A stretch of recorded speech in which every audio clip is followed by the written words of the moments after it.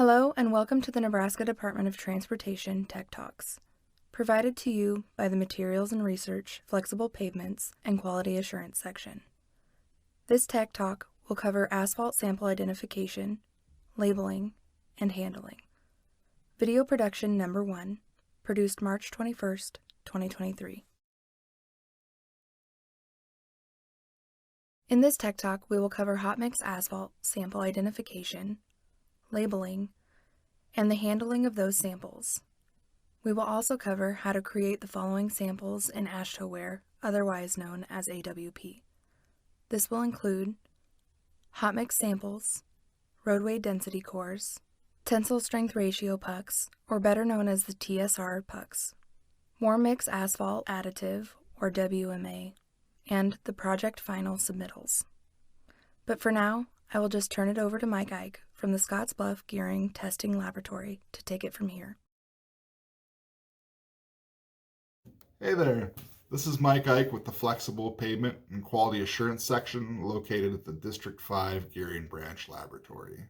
Today, I'll be presenting Tech Talk number 1, in which we will discuss asphalt sample identification, labeling, and how to properly handle those samples.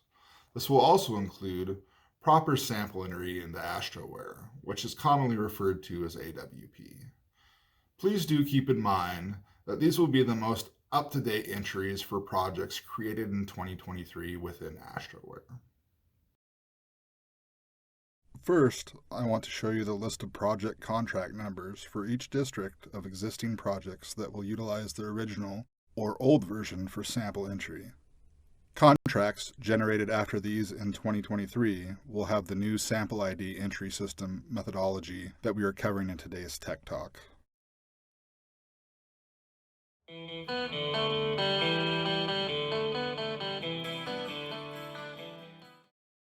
So, let's imagine you've referenced your random sampling schedule, found the perfect location to procure your mix, and have now taken custody of your split. Now what? Well, the first thing we want to do is ensure both our hot mix as well as our cold feed is labeled correctly. What does that look like? Let me show you real quick. We want to make sure that we have our project number, our date, our lot and our sublot, our mix type, our stationing, our lift, our lane, and our JMF, which stands for job mix formula, on both our hot mix bag as well as our cold feed. Once everything is labeled correctly, it's time to bring the sample to your friendly M&R quality assurance tester for testing. Now that our sample's been collected, we will need to make a sample record. How would we do this? Log into your AWP account. Once you have logged in, you will be sent to this screen, the Inspector dashboard. Now, select the sample record link as shown. Please keep in mind that these screens you will be seeing are generated in the AWP QA environment, which is a great place for new inspectors to practice their AWP experience. Once in the sample record link, here you want to click the Add Sample Record button. Before we get too far into the next screenshots, I want to show you this. We have created new codes and a much simpler code search for hot mix asphalt paving items. Just type in 1028. This also happens to be the section of the spec book for the materials. When you type this in, there are 5 items that come up, all of which we'll cover in detail in today's Tech Talk. 1028 WMA, which is the one entry you need to make to identify the warm mix additive that is being used on the project. 1028 hot mix, which is the entry used for the actual hot mix material samples. 1028 core, which is used for the density core submittals. 1028 TSR, which is for the TSR pucks that the contractor makes and must submit to the central laboratory. And finally, 1028 final, which is just a blank sample that initiates the final submittal process, ensuring that all of the SuperPave documentation has been uploaded onto OnBase by the project personnel, signifying that it is ready to be finalized out. So, for our first sample, we will select our 1028 code for hot mix. Now you must enter the sample date, then click on the Source Facilities button. That brings up the Source and Facilities page. Now select the Primary Source button. That will give you this screen. And if you press Enter on this screen, it will bring up the list of sources, better known as the producers. Here's what comes up, and now you need to make the selection. In this example, I have chosen Warner as the source producer, and then click Add to Sample Record. That brings up the Sources and Facilities page again. Now select the Primary Facility button.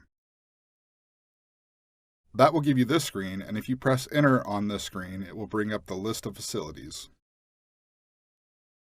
This list of facilities will come up and select where your facility location is, and then hit the lower right Add to Sample Record button. That brings up the Source and Facilities page yet again. Now you must click the Save button. After clicking Save, this sample record summary comes up, and you will need to fill in the sample information. So, enter the sample size. Typically, 1/2 of the split is 37.5 pounds. The representative quantity is 1 sublot, 1,000 tons. Now, in the green square needs to be the contractor's QA technician's name. In the blue square, it is the NDOT inspector's name who obtained the split sample. And finally, the intended use for this would be mainline, shoulders, etc. Now, we will work from the menu on the left and select Sample Location, and in this example, I have selected the project which is in District 5. The Additional Information tab is not needed, so go to the next one down, Sources and Facilities. Here, you need to click on the SM/FMI button and select the sample mix type. Now, using the next tab down on the left, select Contract, and then click on the Select Contract Project Items button. Here, you will need to select all pay items specific to that sample and click Save.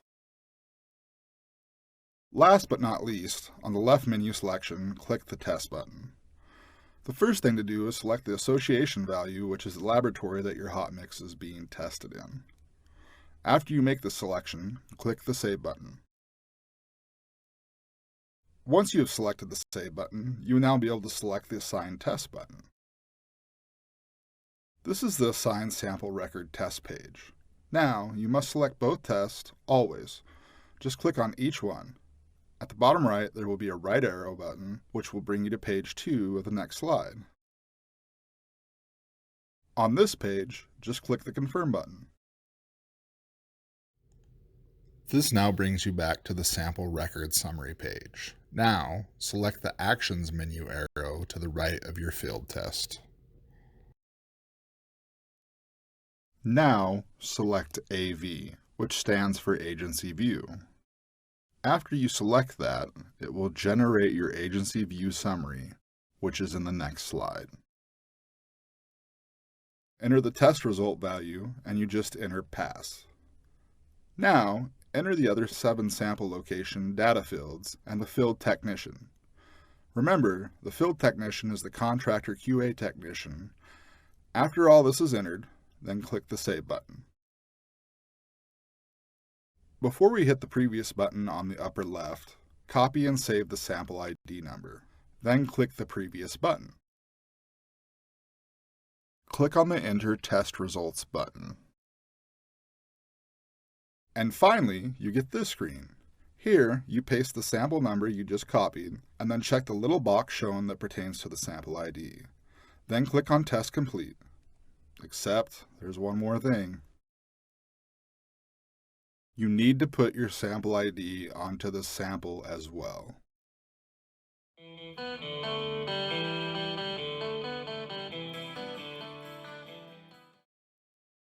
Let's talk about roadway cores.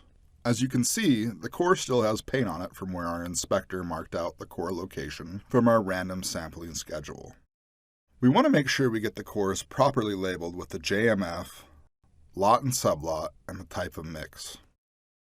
If a core is a joint density core, use JD next to the lot and sublot number. In the event the contractor elects to recut the entire set of cores, these cores can be labeled RC. Label all of this with a paint pen, which can be acquired from your district office or your friendly Q&A testers. These cores can also be labeled with a Sharpie around the edge, ensuring legibility. Once you've taken possession of all the cores, maintaining the integrity of the sample is of the utmost importance. Transport all cores in a box or a large cylinder mold in which they can all lay flat and be protected from damage that might occur during transportation. Okay, now we are going to do another sample record, but for density cores. These entries are much the same, so I will go through these screenshots a bit quicker. Select material code 1028 core. Enter the sample date and enter the sources and facilities data as we did in the previous hot mix entries. Enter the sample data as listed. Each core will need its own single sample ID. Remember, the sampler ID is the contractor's QA technician, and the witness is the NDOT inspector. Again, we will work down the left menu list. So select sample location and the district. Now, on the left, source and facilities, and select the SM, FMI, and the mix type. You will then have to assign it to a contract under the Contract tab. Select the next one on the left down, which is the Test button. Enter your destination lab where the cores will be tested. Then click the Save button in the upper right to generate your Assign Test button. Then click on the Assign Test button to bring up the next screen. Click on both test methods, and then click on the blue arrow on the lower right to get to the next screen. Here, you will want to click the green Confirm button. Click on the Actions button provided to the right of your field test, and then, under Tasks, select AV, which is Agency View. Once you're in the agency view, fill out all the pertinent information. Station, plus distance, offset from center line, left or right of center, test results you will always enter pass, then enter lot and sublot numbers. Please note that if the core is a joint density, click the joint density box. Prior to saving, copy the sample ID number, and now click Save.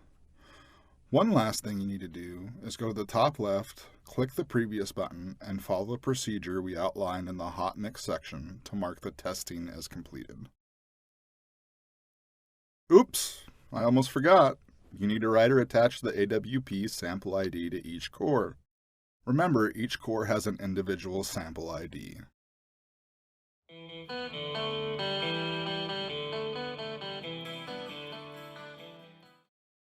Let's chat about the tensile strength ratio pucks, or TSRs. As an inspector, you will inform the contractor when a TSR sample is to be taken, according to the random sampling schedule. Typically, you will not see these specimens. However, a sample ID will need to be made. These 6 gyratory pucks should be labeled with the mix type, the JMF number, and the order they were created. Density testing paperwork should accompany them on their journey to the Hot Mix Design Lab in Lincoln, Nebraska. It is the contractor's QA team that is responsible for the shipping or hand delivery of all TSR samples. Okay, now we are going to do another sample record. For the TSR pucks, these entries are much the same, so I will go through these screenshots even a bit more quicker. Select material code 1028 TSR, enter the sample date and enter the sources and facilities data, and make sure you press save as we did in the previous entries. Enter the sample data. Sample size is 6, units are each, represented quantity is 5,000, units are tons. Again, remember, the sample ID is the contractor's QA technician, and the witness by is the NDOT inspector. And, for intended use, put in TSR gyratory pucks. Now let's follow the side menu on the left. Sample location, and choose the district your project is in. Yes, you're getting the hang of this. Now, go to the Sources and Facilities on the left and then select the SMFMI and select the mix type. You will then have to assign it to a contract under the Contract tab. Now to the Test tab on the left, and you need to select and assign the destination lab. In this case, the TSRs will only be tested in the Lincoln Central Lab or the Consultant Lab if they are doing testing for the project. Select both tests by clicking on them, and click on the blue arrow on the bottom right. Now, click on the Confirm button. Now, select the AV link on the Actions menu to the right of your field test. Enter lot number and sublot numbers and tonnage. Test results you will always enter pass. Prior to saving, copy the sample ID number and now click Save. One last thing you need to do is go to the top left, click the Previous button, and follow the procedures we outlined in the previous sections on how to mark the testing as completed. Don't forget, make sure you provide the contractor the sample ID paperwork.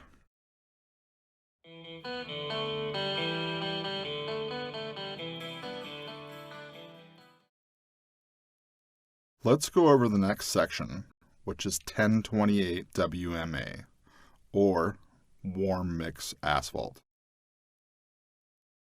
Okay, now we're going to do another sample record, but for 1028 WMA.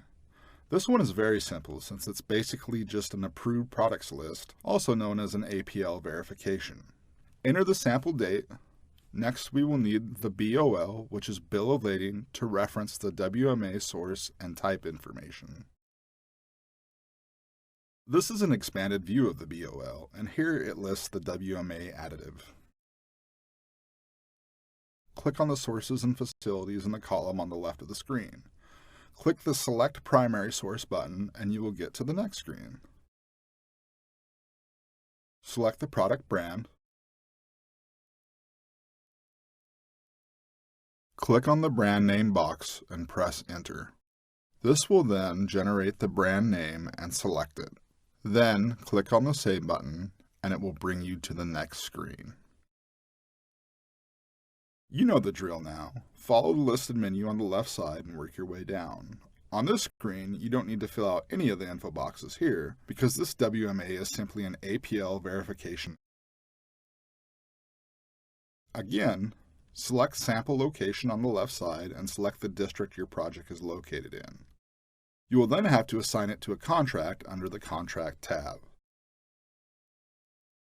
Under the Test tab on the left, enter your destination lab, which your only choice should be Central Lab.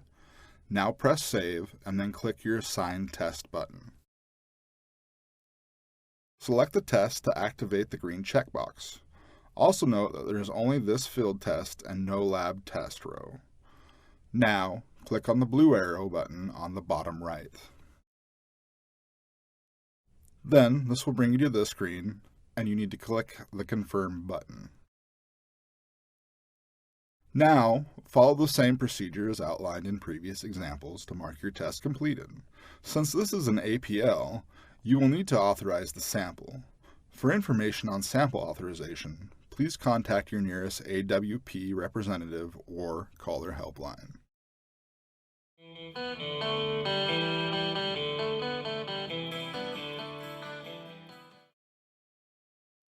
And now, finally, the last section we will cover, 1028 Finals. This is when the project personnel has uploaded all the SuperPave software and pay factor sheets onto OnBase. Here, we are going to go a bit faster and skipping through some of the more obvious entries. So, make the selection under the material code and the sources and facilities entries, the date, and then save it. Now, we have the sample record summary. No data is needed here, as this sample is a prompting that the project filing has begun.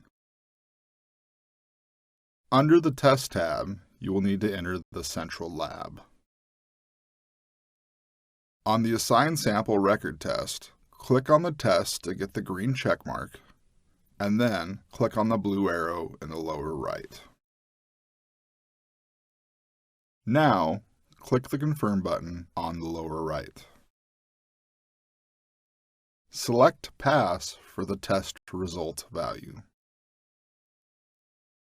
Click on the Enter Test Results button, and click on the Mark Test Complete. This is it. You're now done with all 5 1028 entries. So now, I'll go ahead and turn it back over to Amanda to go over some tech tips. Thank you so much. Thank you, Mike. Now we will finish the presentation with some tech tips. Random sampling and sample custody must be fulfilled by the inspector.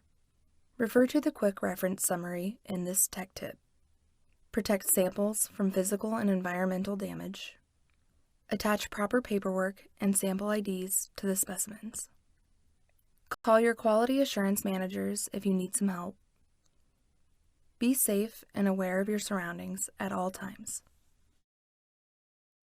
Tip number 1. Random sampling and sample custody must be fulfilled by the inspector. The inspector must ensure that the samples are kept in secure custody, and the random sampling schedule is kept for the inspector's eyes only, making certain that its security is never compromised or known to the contractor. If somehow the RSS is compromised, or if you think there's even the slightest chance that the sampling information got out, you need to have a new RSS generated. This can be done through your quality assurance manager. Remember, all samples and sample splits must remain in the inspector's custody at all times. Tip number 2. The next 2 slides are a nice quick summary of what samples you need to get during an asphalt paving project. Here is a quick reference of samples you need in Lot 1. For hot mix samples, if a test strip is used, submit those 3 samples and the regular verification sample with the cold feed, as stated in the RSS. If a test strip is not constructed, submit the first sample on the project, 1-1, and the next RSS verification sample with the cold feed. For the roadway cores, you need to submit 1 mainline core and the joint density core. If a density gauge is used, each core that the contractor uses to calculate the correlation with the gauge must be submitted. For TSRs, notify the contractor when the RSS shows that the TSRs must be sampled and provide them with the sample ID. And finally, for warm mix asphalt, you just enter the type of WMA listed on the binder ticket and check it from the approved products list. After Lot 1 is complete, the sampling requirements get even easier. For hot mix samples, you just submit the verification sample and the cold feed on the RSS, 1 per 5,000 ton lot. For cores, you continue to submit just 1 mainline core and the joint density core per 5,000 ton lot. If a density gauge is used, submit each core the contractor uses to calculate the correlation with the gauge. This only occurs every 15 tests, so that will be in Lot 1, Lot 4, Lot 7, Lot 10, etc. For TSRs, notify the contractor when the RSS shows TSRs must be sampled, and provide the contractor with the sample ID. This occurs randomly, usually every 3 or 4 lots. Tip number 3. Samples need to be stored in a safe, protected, and secure location. Samples need to be kept from extreme exposure to heat and cold freezing temperatures. They are best kept in a box or cooler, and the samples need to be laid flat so that they are not rolling around loose in the back seat of a truck or the truck bed. And equally as important, the samples must be submitted to the laboratories promptly. Tip number 4. Each individual sample must have its own AWP sample ID and any associated paperwork attached. This helps manage and keep track of all the samples coming into the laboratory. Tip number 5. We are here to help. Please notify your quality assurance manager with the project paving start dates. We are here to assist you with all of your questions. there are always questions as the project is wrapping up, such as what to do with sampling for short tonnage and irregular paving sections. Tip number 6, and the most important tip we saved for last, safety. Safety is everyone's business, and it is job number 1. Be aware of your surroundings and always watch out for each other. You are NDOT's most valuable asset. Thank you for taking your time to watch NDOT Tech Talks.